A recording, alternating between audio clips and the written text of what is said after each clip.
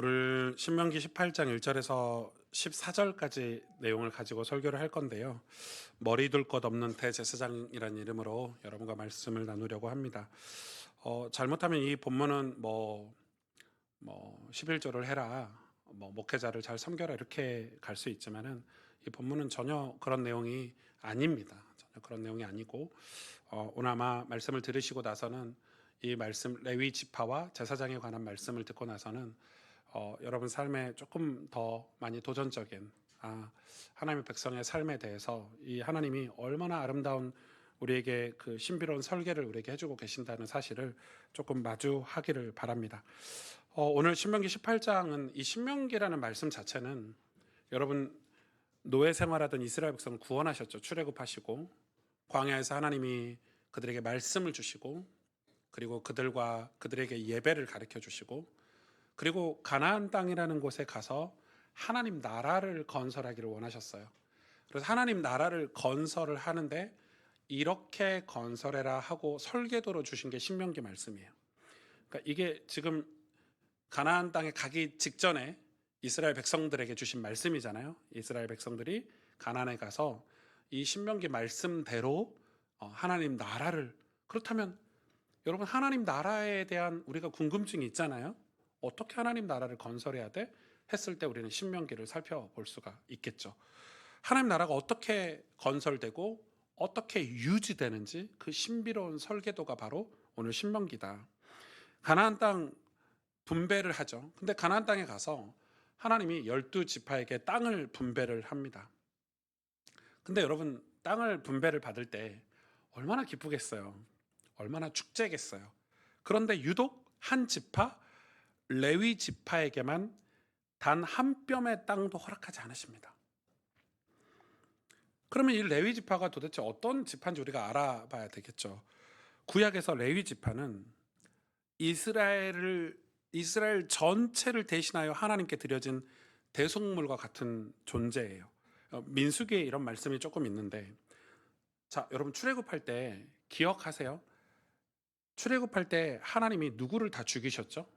10가지 재앙 중에서 장자를 죽이는 재앙을 통해서 엄청난 저주를 이 애굽 땅에 내릴 때에 문설주에 양의 피를 바르는 그 집의 장자는 살려두셨어요? 안 살려두셨어요?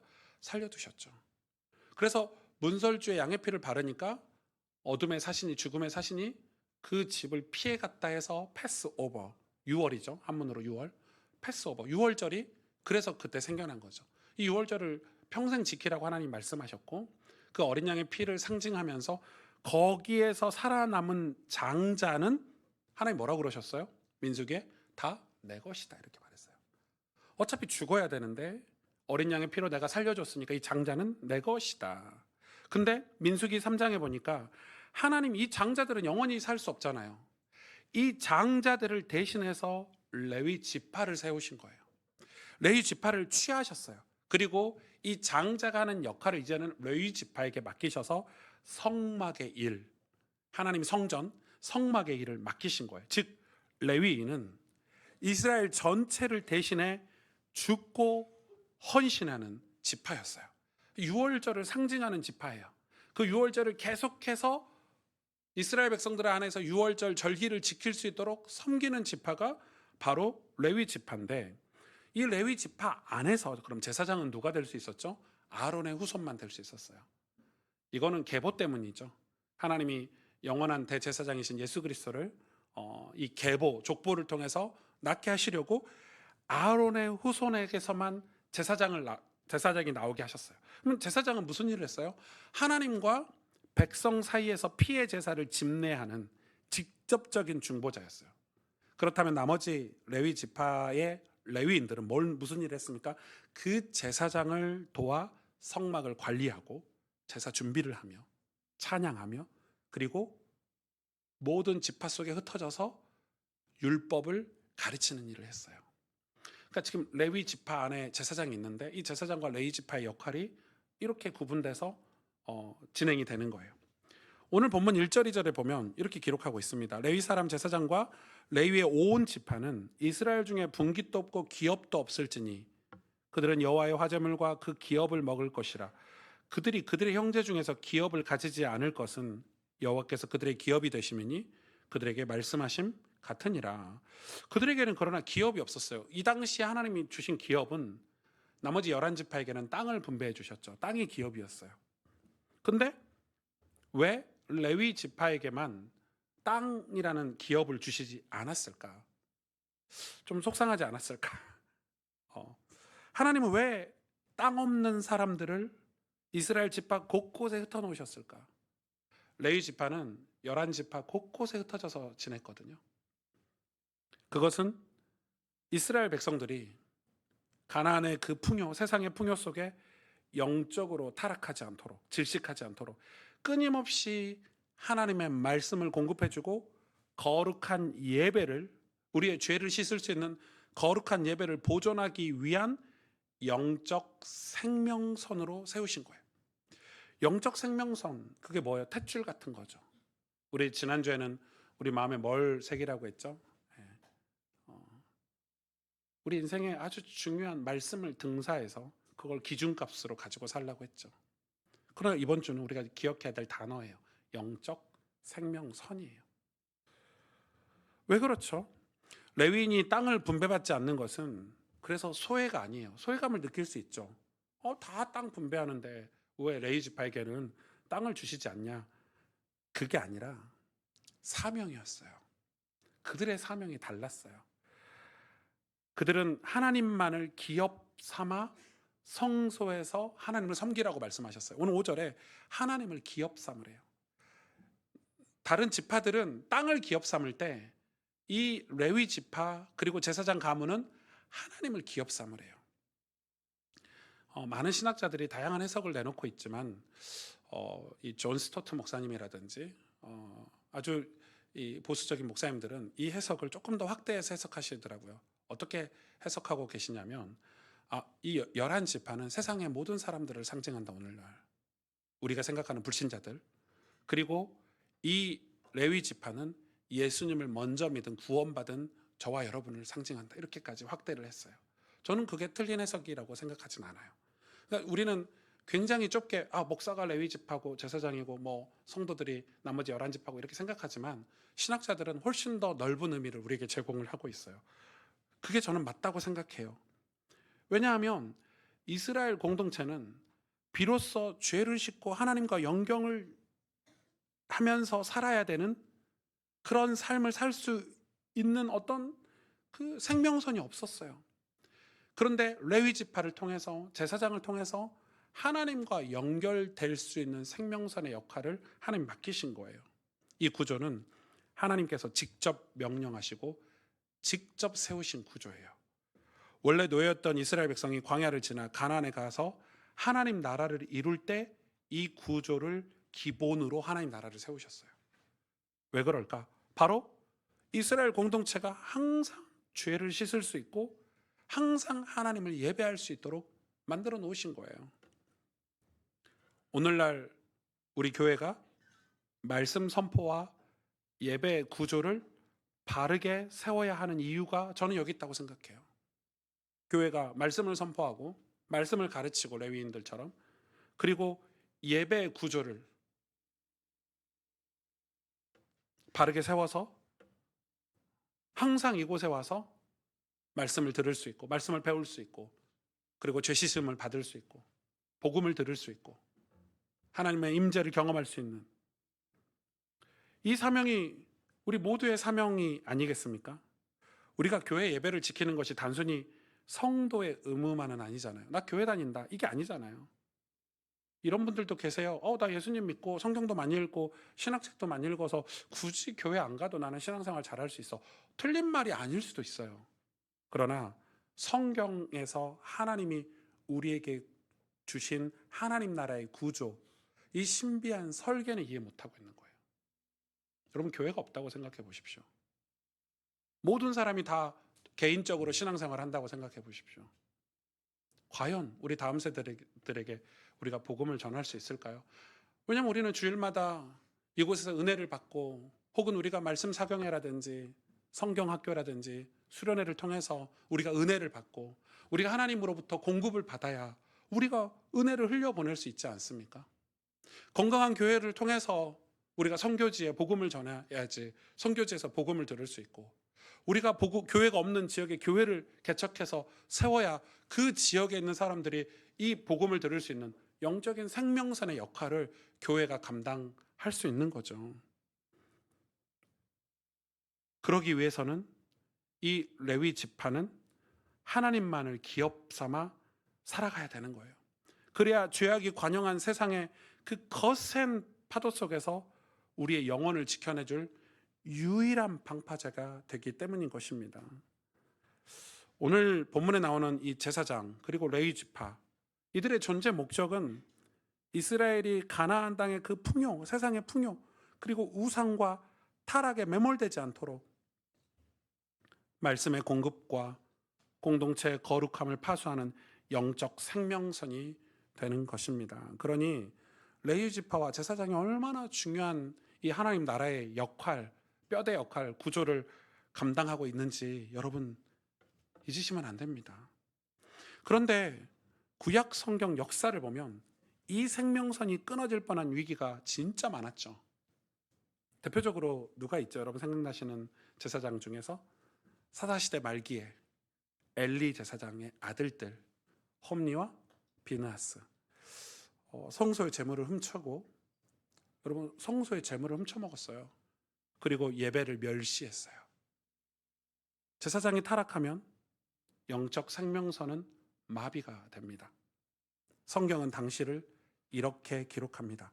사무엘상 3장 1절에 여호와의 말씀이 희귀하여 이상이 흔히 보이지 않았더라. 제사장이 타락하고 나니까 말씀이 없어요. 이상이 뭐예요? 비전이잖아요. 하나님을 볼 수 있는 시야잖아요. 하나님 우리에게 맡겨주신 사명을 볼 수 있는 꿈과 환상이잖아요. 그게 다 스탑돼 버린 거예요. 왜? 레위 제사장이 레위인들과 제사장이 타락해 버렸어요.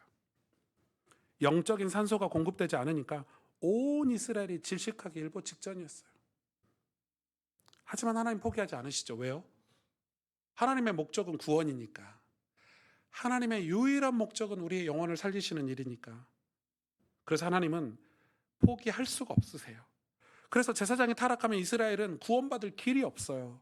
그래서 눈이 어두워진 엘리 제사장 대신에 성소 한편에서 잠자던 어린 사무엘을 부르신 거예요. 타락한 옛 구조를 폐하시고 하나님의 음성을 듣고 순종하는 사무엘을 통해서 끊어진 생명선을 다시 이어주셨어요. 이처럼 하나님은 당신의 백성을 살리기 위해 때마다 신실한 사역자를 세우기도 하고 신실한 제사장과 선지자를 세우기도 하시고, 그리고 그들을 통해서 예배를 항상 세우셨어요. 지금도 마찬가지예요. 여러분 지금도 마찬가지예요. 교회가 타락하고 하나님 백성들이 타락하면 세상에 이 영적 생명선은 끊어진 거예요. 위기가 오는 거예요. 그래서 교회가 이 영적 생명선을 견고히 지켜야 돼요. 그래야 우리 자신과 우리 자녀들과 우리 가정이 세상 풍조에 죄악이 관영한 세상의 문화에 휩쓸리지 않고 하나님 나라를 이루어갈 수 있어요. 이 제사장의 모형은 우리 주님 예수 그리스도를 통해서 완성이 되죠. 하나님 나라는 구원의 방주잖아요. 교회는 구원의 방주예요. 근데 그 방주의 대제사장은 바로 예수 그리스도세요. 그분의 사역을 통해서 이 제사장의 구약의 모형은 비로소 완성이 돼요. 인간 제사장은 본인도 죄인이라 자신을 위해서 제사를 먼저 드려야 됐고, 제사장이 죽으면 사역이 중단이 됐어요. 하지만 여러분 예수님은 죄가 없으시고 영원히 살아계신 히브리서 7장 24절 25절에 보면 멜기세덱의 반차를 따르는 영원한 대제사장이 되셨어요. 아멘. 그래서 그 예수님이 우리의 대제사장이 되셔서 영원히 우리의 죄 씻음의 일을 감당하고 계시는 거예요. 그런데 그 주님이 마태복음 8장 20절에 공생의 사역을 시작하시면서 이렇게 말씀하셨어요. 여우도 굴이 있고 공중의 새도 거처가 있으되 인자는 머리 둘 곳이 없다. 이게 무슨 말씀이에요? 신명기 말씀과 똑같잖아요. 하나님이 레위인들을 세울 때, 제사장들을 세울 때 땅을 기업으로 주지 않은 것과 똑같은 말씀이죠. 예수님이 대제사장의 사명을 감당하시기 위해서 이런 말씀을 먼저 하셨어요. 여우도 제 집이 있고 공중의 새도 자기 집이 있는데 나는 머리 둘 게 없다 이 땅에. 그 말은 무슨 말이에요? 땅을 기업으로 받지 않았다는 거죠. 주님은 왜 스스로 거처 없는 삶을 선택했을까? 이거 너무 궁금하지 않으세요? 참된 대제사장으로 이 땅에 오신 우리 주님이 세상의 기득권이나 안락한 소유의 머리를 두지 않으신 이유는 오직 저와 여러분의 죄를 해결하고 구원하시는 대제사장의 사역에만 온 마음을 쏟기 위함입니다.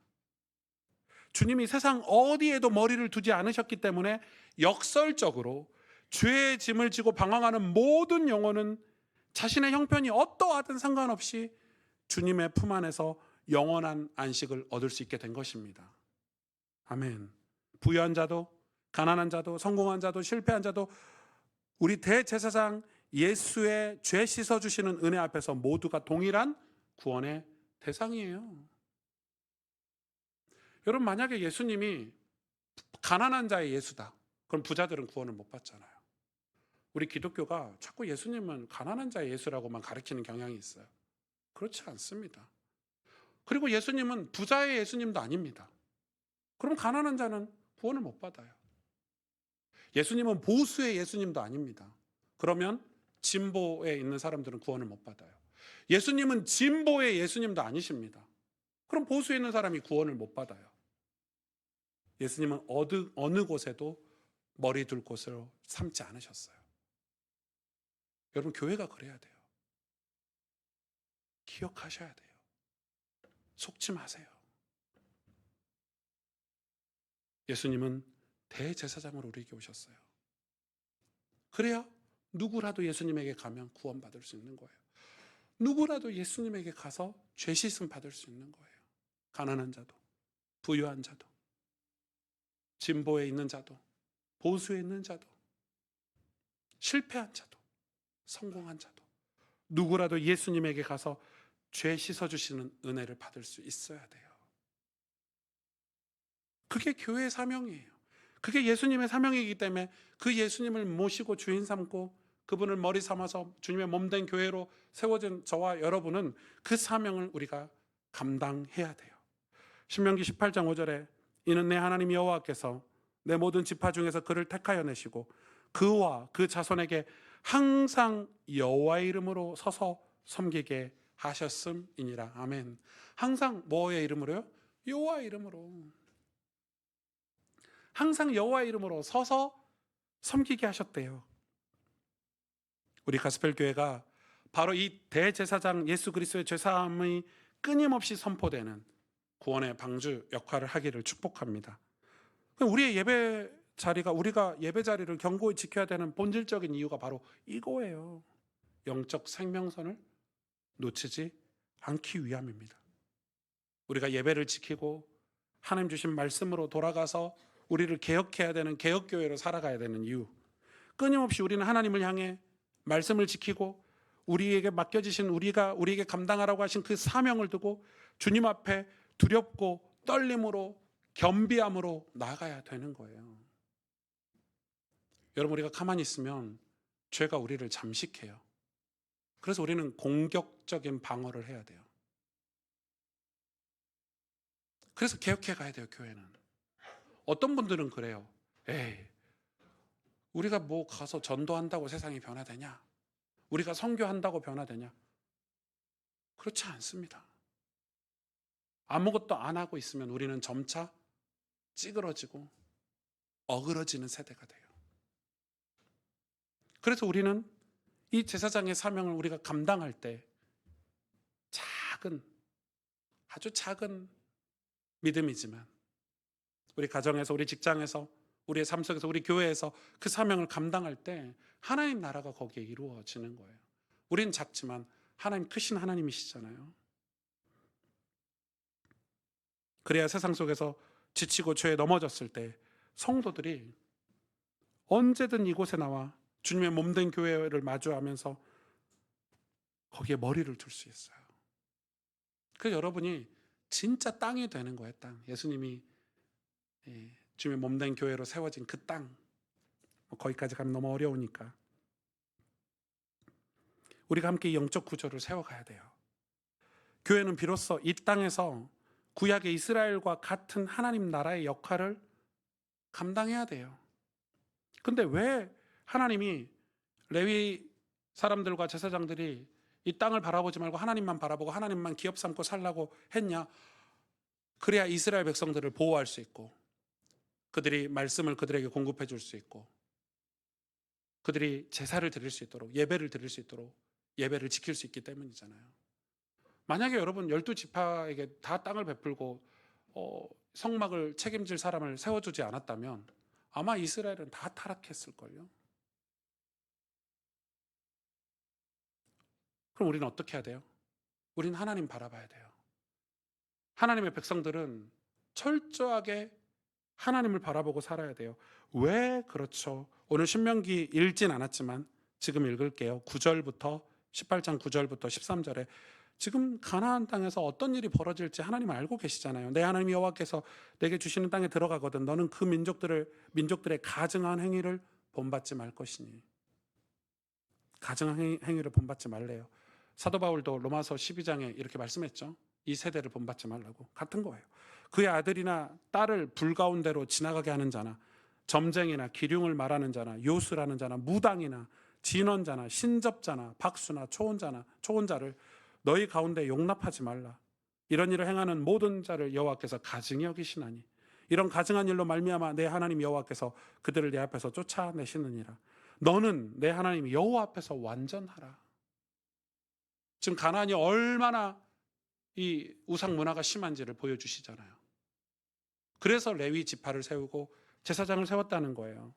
오늘날도 마찬가지예요. 베드로전서 2장 9절에 너희는 택하신 족속이요 왕 같은 제사장들이다. 누구 보고요? 저 여러분 보고요. 이제 우리는 우리의 가정, 직장, 학교라는 삶의 지파 속으로 파송된 레위인입니다. 레위인. 거룩하게 구별된 성도가 직업을 가지고 돈을 벌지만 본질적으로는 땅에 머리를 두지 않는 자여야 합니다. 땅에 머리를 두지 않는다는 것은 우리는 항상 하나님께로부터 은혜를 공급받고 살아야 된다는 거예요. 세상 사람들은 땅을 기업으로 삼아 살아가지만 우리는 하나님을 기업으로 삼고 세상 사람들에게 하나님을 보여주는 그런 영적인 통로, 영적인 생명선의 역할을 해야 해요. 축복의 통로로 살아야 돼요. 복음의 통로로 살아야 돼요. 직장에서 그리스도인 한 명이 하나님의 말씀대로 순종해서 살아갈 때, 그리고 제사장으로 그들의 죄를 중보하며 살아갈 때 그곳에 하나님 나라가 임하는 거예요.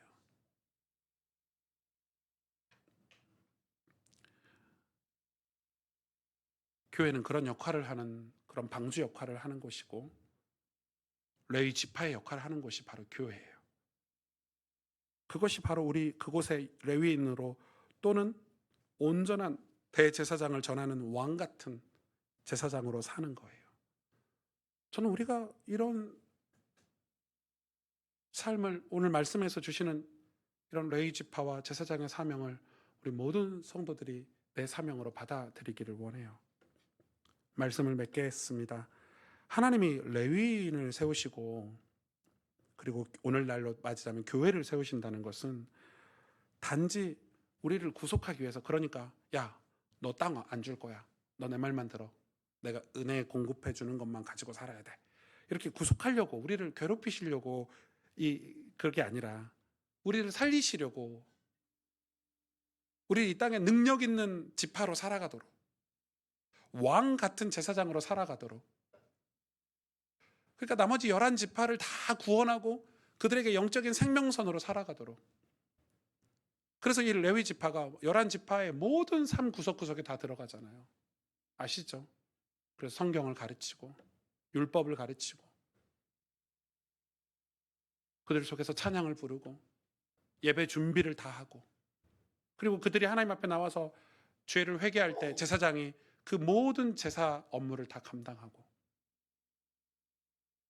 예수 그리스도께서 그걸 완성하셨고 그 예수 그리스도께서 완성하신 사명을 우리에게 맡겨주신 거잖아요. 그래서 우리는 세상의 조건, 이 땅에 자꾸 머리를 두려고 한단 말이에요. 근데 우리는 하나님이 레위인으로 부르셨고 제사장으로 부르셨는데, 우리 레위인과 제사장이 세상에서 가장 축복되고 멋지게 살 수 있는 방법은 우리의 머리를 하나님께 두는 거예요. 홈리와 비나스처럼 살면 안 돼요. 엘리 제사장처럼 살면 안 돼요. 우리는 사무엘 선지자처럼 살아야 돼요. 우리는 다윗처럼 살아야 돼요. 그래서 하나님을 의지하고 하나님을 바라볼 때 비로소 우리 삶의 능력이, 그 하나님 당신의 능력이 우리에게 임해서 우린 세상에 진짜 왕 같은 제사장으로 살 수 있는 거예요. 그래서 여러분, 우리가 예수 그리스도께 머리를 이렇게 탁 누워서 우리의 땅은 예수님이다, 우리의 기업은 하나님이다, 이렇게 여러분 믿음으로 우리가 살아갈 때 우리가 세상에 정말 빛과 소금으로 주님의 몸된 교회로 이 영적인 생명선으로 우리가 살 수 있다는 사실을 여러분 기억하고 승리하는 한 주 되시기를 주님의 이름으로 축복합니다. 우리 이 시간 함께 기도하겠습니다.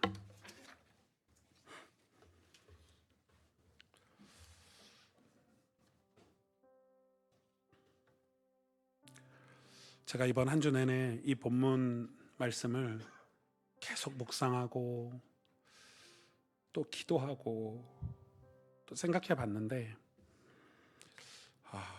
이 말씀이 가리키는 게 우리 예수님 가리키는 거잖아요. 레위 지파도 대제사장도 다 예수님 가리키는 거예요.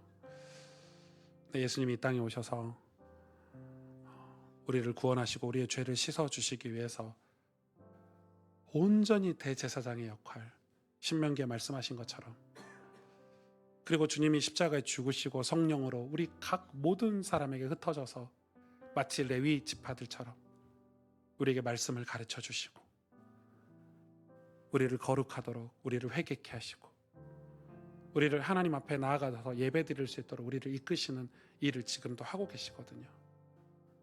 결국 레위 지파도 제사장도 전부 예수님을 가리키는데, 그 예수 그리스도를 우리가 날마다 찾아야, 그 예수의 이름을 우리가 회복해야 우리도 왕 같은 제사장으로 세상에서 살 수 있는 거예요. 이 간단한 영적인 진리가 우리에게 얼마나 멀리 떨어져 있었는지. 하나님 나라의 구조는 레위 지파와 제사장으로 세워져요. 오늘 이 말씀을 우리가 기억하면서 우리가 다시 예수의 이름을 회복할 수 있도록, 다시 대제사장 되신 예수 그리스도의 그 이름을 우리 가정에서, 내 모든 삶의 터전에서, 우리 교회 안에서 회복할 수 있도록, 그래서 주님, 우리도 그 주님을 따라 왕 같은 제사장으로 살 수 있도록 축복해 달라고 우리 하나님 앞에 간절히 오늘 주신 말씀을 가지고 함께 기도하도록 하겠습니다. 하나님 아버지,